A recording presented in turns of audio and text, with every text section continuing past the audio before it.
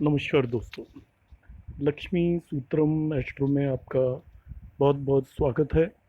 आज हम जिस टॉपिक पर बात करेंगे वो है वर्षफल कुंडली। तो वर्षफल कुंडली में एस्पेक्ट के बारे में मैं प्रीवियस वीडियो में बात कर चुका हूँ। अब हम आज डिस्कस करेंगे कि उसमें मुंता हम कैसे निकालते हैं।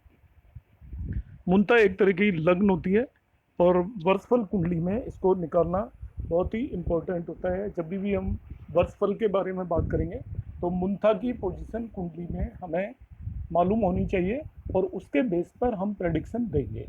तो मैं आज इस वीडियो में केवल मुंता निकालने तक अपने टॉपिक को लिमिटेड रखूँगा। तो मुंता निकालने का एक आपका नॉर्मल वे है और मैं आपको थोड़ा शॉर्टकट तरीका बताऊंगा। मुंता का मतलब क्या होता है, देखिए ये एक मैंने चार्ट लिया हुआ है। मुंता का मीनिंग मैं यहाँ पर सबसे पहले बताऊंगा, फिर उसको निकालने के लिए मैथमेटिकली हम कौन सा मेथड यूज़ करेंगे। ये चार्ट है जिसमें असेंडेंट यहाँ देखिए आपका टॉरस लग्न या वृषभ लग्न की एक कुंडली है। तो ये नेटिव जिस भी ईयर में बॉर्न हुआ, ये चार्ट है, इसके अंदर मैं ईयर भी बता देता हूँ यहाँ पर। इस नेटिव के बॉर्न होने का ईयर है आपका, इट इज़ 1944। तो क्या होगा दोस्तों, 1944 में ये बॉर्न हुआ तो इसकी मुंथा 1944 में यहीं लग्न में होगी। 1945 में ये आपका नेक्स्ट हाउस में चली जाएगी।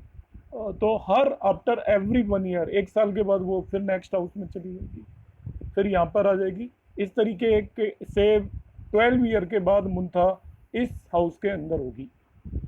12 साल में पूरा एक चक्कर लग जाएगा। तो हमें उसकी लग्न, ये आपकी जो भी मुंथा है, ये उसकी लग्न कुंडली से हमें पता चल जाता है कि 12 साल के बाद मुंथा इस हाउस में होगी और 13वें साल में वो वापस से इसी लग्न में आ जाएगी।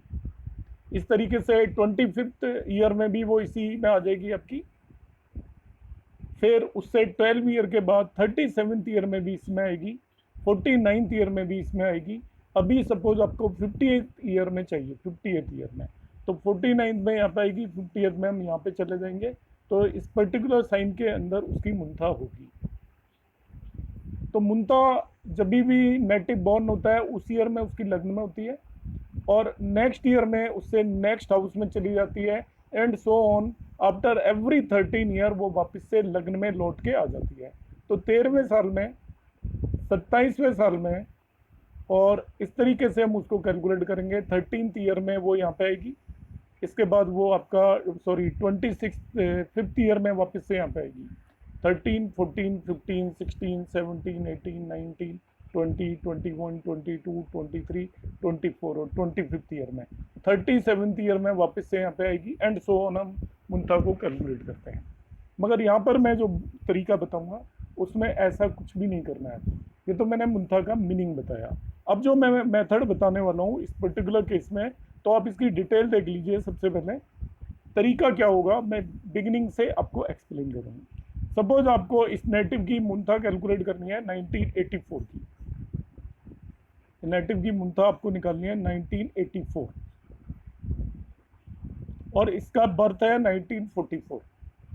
तो सबसे पहले हम उसके कंप्लीटेड ईयर्स निकालेंगे।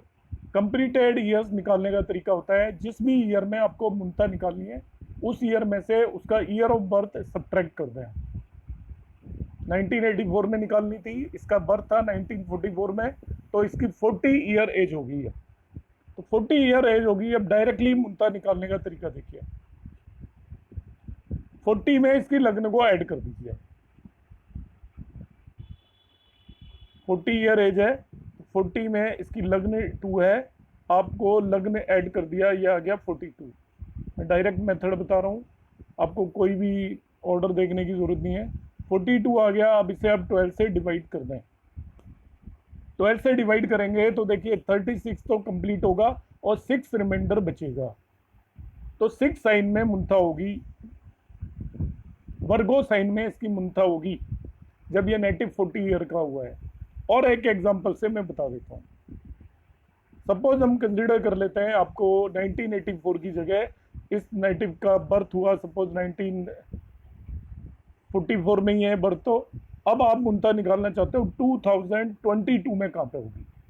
बर्थ है इस नेटिव का 1944 में, 2022 में इसकी मुंता निकालना चाहते हो आप, तो आप इसके कंप्लीटेड ईयर निकाल लीजिए। तो कंप्लीटेड ईयर आप कैलकुलेट करोगे तो 76 हो जाएंगे, मतलब 76 ईयर कंप्लीट हो चुके हैं। तो 2022 में इसकी मुंता किस हाउस में होगी, उसको निकालने का तरीका क्या है, इसका जो भी असेंडेंट है लाइक ये 2 है, इसको इसमें ऐड कर दो और ऐड करने पे 78 हो गया। असेंडेंट ऐड करना है आपको कंप्लीटेड ईयर में, आप ये सेंटेंस नोट कर लीजिए बस, कंप्लीटेड ईयर प्लस असेंडेंट, जो भी फिगर आपको मिलता है यू डिवाइड इट बाई 12, 12 से डिवाइड करने पर, अब जैसे मैं इसे 12 से डिवाइड करूंगा 72 तो कंप्लीट हो जाएगा, रिमाइंडर निकाल लीजिए 6, तो 6 साइन में मुंता होगी, that's all. One more example मैं एक्सप्लेन कर देता हूँ, देखिए यहाँ पर I will take one more example. तो एक और एग्जांपल ले लेते हैं हम कि लेट अस सपोज हम इसको निकालना चाहते हैं इसी नेटिव की मुंता जिसका बर्थ 1944 में, आपको सपोज ईयर 2001 में निकालनी होती, तो मैं क्या करता 2001 में से 1944 को सब्ट्रैक्ट करता कंप्लीटेड ईयर निकालने के लिए। तो what will I get, it will be 57 year हो गया, यस 57 कंप्लीटेड ईयर हो गए। इसकी लग्न देख लीजिए 2 है, तो उसमें 2 ऐड कर दीजिए, तो ये हमारा आ गया 59।